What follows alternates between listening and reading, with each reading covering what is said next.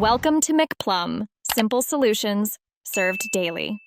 You start by confirming the Jaguar XF's tow limits and choosing flatbed versus dolly. Why it matters is tire, transmission, and steering protection. Once you have straps, chocks, and a neutral release tool, position the tow vehicle and chock the rear wheels. Make sure you set the parking brake while you hook up. Do not rush. Secure the tow bar and safety chains first, then prepare to release the XF into neutral when the flatbed or dolly is aligned. Now you load. Once ramps and winch are aligned, attach the winch to the approved tow point so you pull straight. This prevents body or axle stress. Make sure the steering is unlocked. Many XFs have electronic locks that need the ignition or a manual release. Protect rims by running boards under tires and guide the car slowly, using the winch.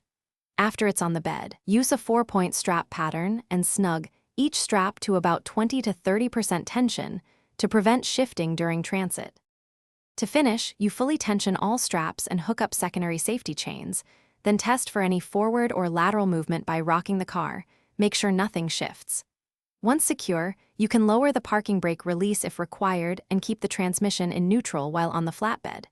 If you hear grinding, feel rolling, or notice shift, stop immediately. Rechock, loosen then retension straps, and inspect axles and brake components. This quick